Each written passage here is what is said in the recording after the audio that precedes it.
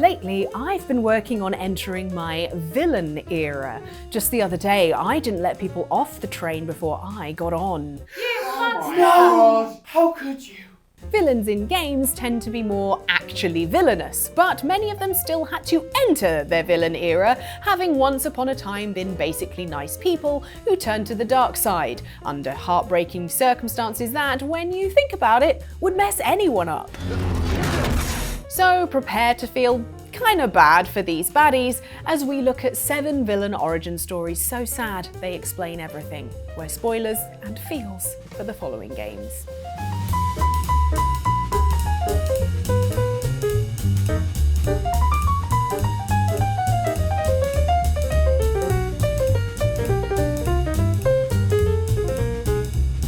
Stop, Ketherick, and you may find the cure to that parasite in your head. For the land to heal, Ketherick Thorm must die. General Ketherick Thorm has all the makings of an iconic villain. An evil-looking suit of armour, invulnerability to all damage, and the voice of the jazz instructor from Whiplash. Try again. Just like he said to Miles Teller. I'll tell you a story, true soul, about a man who sold himself piece by piece. Over the course of the second act of Baldur's Gate 3, though, we learn that there's more to undead baddie Ketherick Thorm than getting poleaxed in the neck and smashing goblins flat. The tragic story of Thorm's life, death, and resurrection is written all over the shadow-cursed lands. He had everything.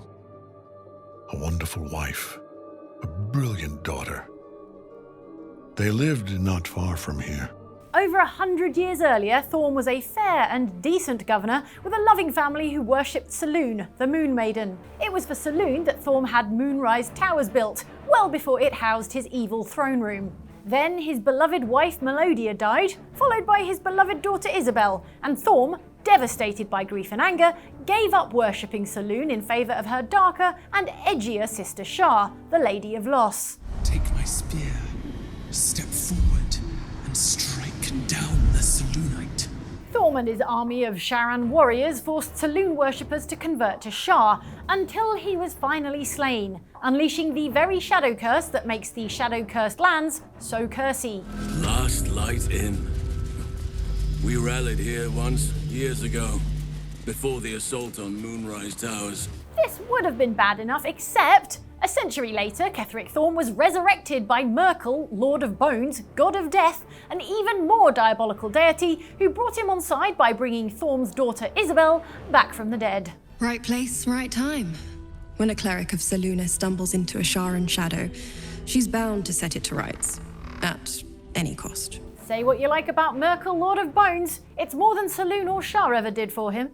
My Lord Myrkul gave me the one thing I desired, the one thing no other god could grant me. My daughter's life returned. I'm just saying.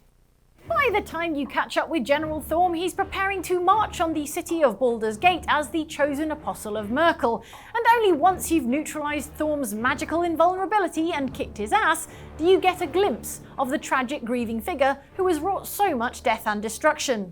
If Melodia could see all I've done, she'd know. She'd know her husband died long ago with Isabel. Unlike Isabel, he could not be brought back. Then finally, when you've kicked the asses of both Ketherick Thorm and his big bony god of death Myrkul, you find that for over 100 years, Thorm has been carrying a crumpled note from his little girl saying she loves him. Who's the villain now, eh? Oh, right. Still him. Still. They would never have found me if it wasn't for her. She betrayed me. Trilla. In the flesh. Sometimes it feels like there are so many Jedi running around the place that we have to wonder if Order 66 wasn't just Palpatine's preferred takeout order. One of these still-alive Jedis is Cal Kestis, the ginger Jedi with a penchant for ponchos. Nice. All through Cal's adventures in Star Wars Jedi Fallen Order, Cal is pursued by the terrifying Second Sister. We seek a dangerous fugitive. This is no common anarchist, but a devotee of the treasonous Jedi Order. This emotionless Empire Inquisitor may force Cal to run, pun intended, but upon further meetings with her, we discover that the Second Sister knows a lot about your new Jedi Master Cere. Not quite as gifted as Cere's last apprentice, but not bad. Turns out Second Sister is actually Trilla Siduri, Cere's former Padawan, whose location was tortured out of Cere after she was captured by the Empire. This is sad enough, but at one point, when Cal gets his hands on Trilla's dual-bladed lightsaber, we see Trilla's tragic tale through her own eyes. In it, she begs Cere to stay hidden with her as she comforts a scared Rhodian youngling. Don't go. We need to stick together. No, I'm going to lure them away, and then I'm going to circle back. Stay with the younglings, Trilla. Wait. Babysitting at the last minute? I'd turn to the dark side too. I need at least 3 weeks' notice.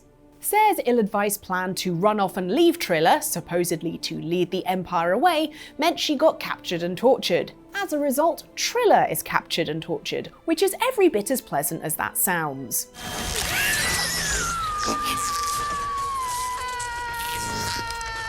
The horrific experience of betrayal and pain clearly drove Trilla to the dark side, because here she is popping on her Second Sister helmet, which the still a Jedi Cere doesn't like at all. No.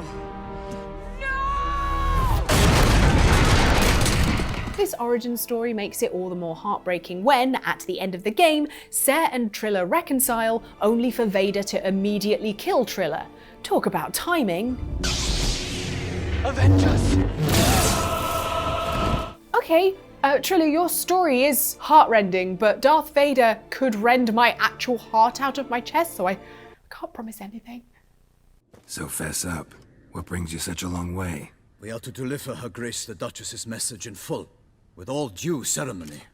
For tradition is sacred in Toussaint. All right, fine. In 2016, CD Projekt Red followed up the brilliant Witcher 3 with its second and final expansion, Blood and Wine. Two things you don't want to get mixed up if you're hosting a wine tasting evening. Or performing a blood transfusion. In Blood and Wine, the region of Toussaint is being ravaged by something called the Beast of Beauclair, responsible for savage murders and dismemberments. I saw a head bobbing, eyes bulging, the tongue blue and popped out. Next to it, a hand rocking upon the water. Bit late for a transfusion then, wine or otherwise. Fortunately, Geralt is on the case, eventually discovering that the Beast of Beauclair murders are not random acts of violence by some savage, indiscriminate serial killer, but instead a very specific list of assassinations performed by a refined gentleman vampire called Detlef. I wonder what a monster might have to say to you. It might want to apologize. My word. But what might a monster wish to apologize to a witcher? For killing.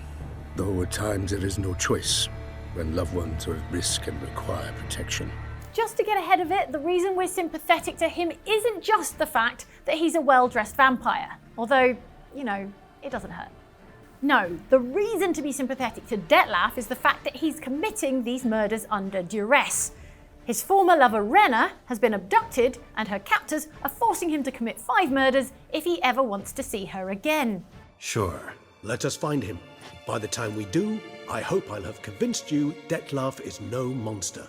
That's not even the worst of it. It turns out that Renna was always an alter ego of Sienna, the older sister of the Duchess of Toussaint. What's more, there was never a kidnapping in the first place. Sienna has been the one orchestrating the entire thing and manipulating Detlef into killing the targets that she chooses. Sienna, I have a question I must ask you. Did you truly feign it all? That which bound us was a ruse?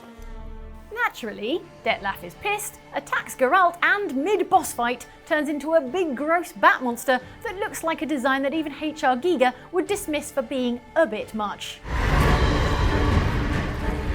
It's a sad way for Detlef's story to end, given that he was deceived and betrayed into committing his crimes. It would be shallow to say that I'm no longer as sympathetic to him now he's a horrible monster instead of a fancy vampire though, right? Yeah, no. I was just checking.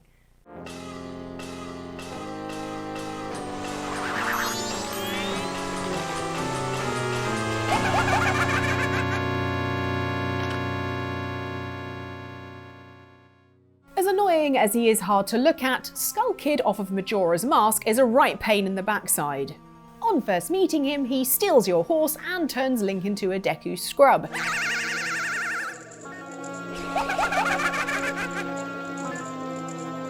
And throughout the game, Skull Kid is leading a terrifying moon on an apocalyptic collision course with the lands of Termina, where the game takes place. On the list of things that make you a villain, making a creepy-faced moon collide with a planet inhabited by living things is quite high up there. But fire up those empathy engines as you learn that Skull Kid is doing all of this because he was abandoned by his pals, the Giants of Termina. These torso-less behemoths may look like giant versions of something Sid from Toy Story would make, but they are actually the guardians of the four lands of Termina, who you must wake to help you stop the moon crashing into their world.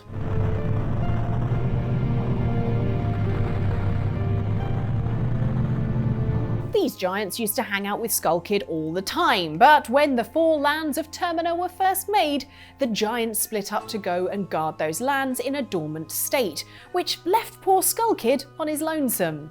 And what does a bored kid who has no one to play with do? Play up. And play up Skull Kid did, causing so much ruckus that the population of Termina awoke the Giants of Termina, who, both angry and disappointed at their former friend, banished him forever, thus making him even lonelier and a perfect pitiful patsy for the actual villain, Majora's Mask. When Skull Kid finally returned to Termina and got his hands on Majora's Mask, his misery was easily corrupted, turning him from a mischief maker into the evil asshole you've had to deal with all game.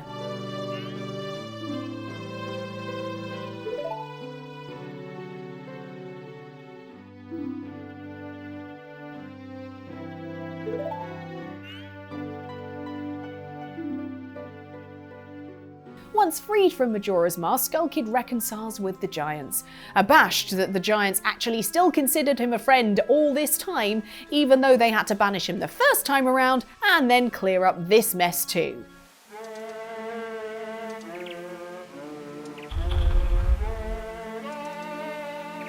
So that means we're cool then? I'm gonna take that as a yes. Welcome, Prince Arthas. The men and I are honored by your presence. Can the formalities, Uther. I'm not king yet. It's good to see you.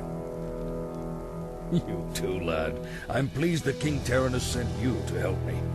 Father still hopes your patience and experience might rub off on me. In the early days, Crown Prince Arthas Menethil was as nice a young man as you'd care to meet, with a lot going for him. There was his whole crown princedom, his membership of the fabled paladin order, the Knights of the Silver Hand, and the fact that he had shoulders wider than an NFL linebacker. Don't worry, son. We'll find them and bring them home safe. Just the complete package. The prince was under the tutelage of his mentor and friend Uther Lightbringer when a deadly zombie plague took hold of the city of Stratholme. Convinced of the plague's near unstoppable virulence and desperate to halt its progress, the headstrong Arthas took the hard decision to cull the terminally infected citizens. Damn it, Uther. As your future king, I order you to purge this city. This sounds harsh, and it is, but the inexperienced, well-meaning Prince Arthas is faced with a no-win situation.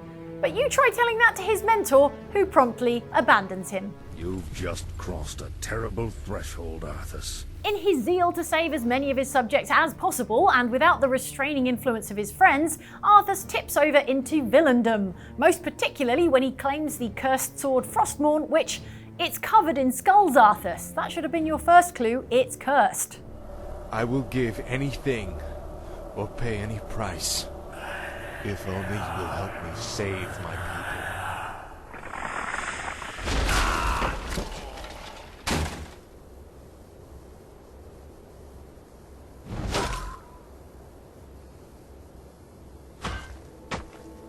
than giving Arthas the power to save his kingdom, the cursed sword turned Arthas into a Death Knight of the Scourge and led to him destroying Lordaeron as well as much of the surrounding area.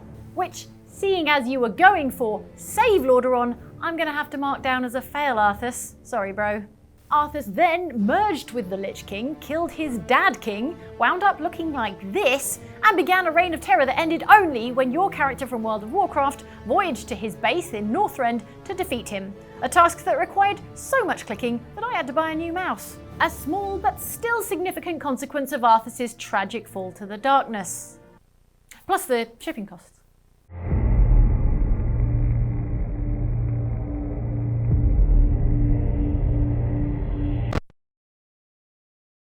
Five Nights at Freddy's has a very basic premise. Be a nighttime security guard and keep an eye on all the creepy animatronics of a children's pizzeria until you inevitably get killed by one in a horrible jump scare. But anyone who gave up after one death, or isn't on a particular side of YouTube, may not realise that this very basic premise is the beginnings of some deep, deep lore. In various newspaper clippings that you can read throughout the 5 nights you're on duty, the game reveals that 5 children were lured into the back room of the restaurant by a man dressed as one of the restaurant's mascots, only to be horribly murdered. Turns out this murderer was none other than one of the creators of Fazbear Entertainment, William Afton, wearing the creepy bunny animatronic suit Spring Bonnie.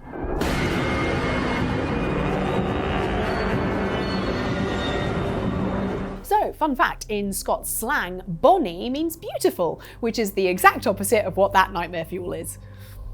Still, these poor kids were taken in and snuffed out by a charismatic serial killer in a rabbit suit, and in order to hide the bodies, Afton stuffed them inside the restaurant's other animatronic suits.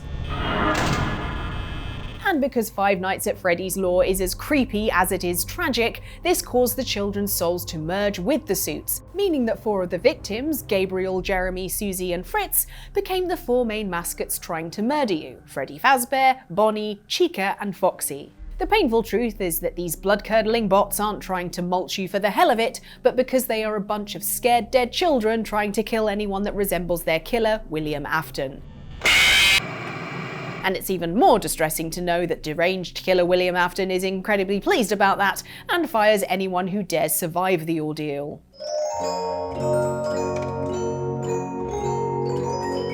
While their robotic forms may scare you to death, it's more agonising to know that these poor kids didn't even get to rest in peace, but are stuck as homicidal automatons in the afterlife.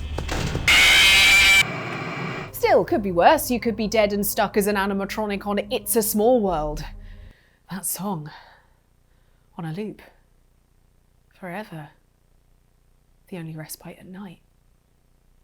Until the dawn comes. And it starts. Again. Mama, is that you? Zoe, come look.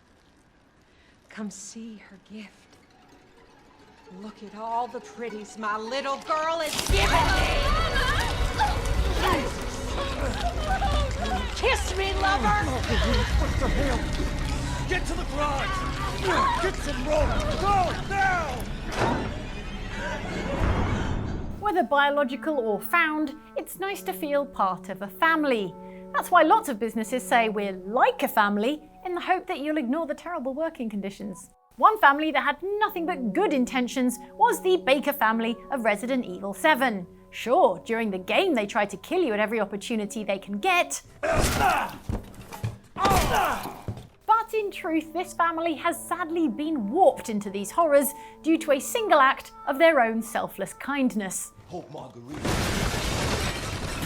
As shown through the eyes of young Zoe Baker in Resident Evil 7's Daughters DLC, the Bakers took in a young girl called Evelyn they found washed up near their home. Oh, she's so young. Yeah, how's our other guest? Sleeping, poor thing. Well, I say let him. He'll be okay here for a few days, at least while till we can get him into town. Aw, that's so nice. I sure hope she doesn't turn out to be a horrible bioweapon that ruins their lives forever. Ow. Evelyn, another contender for this list, is a mold-spliced human made by a crime syndicate known as The Connections. Permanently aged 10 years old via drugs and only knowing the inside of a lab, Evelyn is so desperate for family that she immediately glommed herself onto the Bakers, figuratively and literally, when they temporarily took her in. They're mine now. Sadly, because she was built to be a weapon, this includes making the Bakers murder people horribly in ways that will likely get this video demonetized. At one point late in the main game, when you get to speak to Jack Baker in a rare moment of clarity, it's clear that the Bakers don't actually want to murder anyone at all, and they want you to free them from the influence of Evelyn. Ethan. Free my family. Please. I'm helping everyone except Lucas. That guy was already weird. Sadly, it's too late for you to save Jack and Marguerite, and understanding their transformation from good Samaritans to terrifying monstrosities that you're forced to destroy is definitely one of the more depressing moments in the Resident Evil series. That and when I realised I'd never have Leon Kennedy's hair. Well then, should be just another day in the office, right? It's just so shiny and swooshy. How'd you do it, Leon? That went well. So those are some of the sad villain origins that you kind of feel bad for them a little bit, like, you know, you empathize at least. And if there are any that you can think of, let us know in the comments down below. And if you want to see more things like this, why don't you subscribe? Or if you have already, you can just click on one of these links. There's one to an Outside Xtra video here. There's one to an Outside Xbox video here, and go see more Jane and Mike and Andy. I promise they're not villains, they're really good. And if you want to support us further, we have a Patreon where you can join up and join our Discord, and we can see you on there. But in the meantime, take care of yourselves. See you next time. Bye.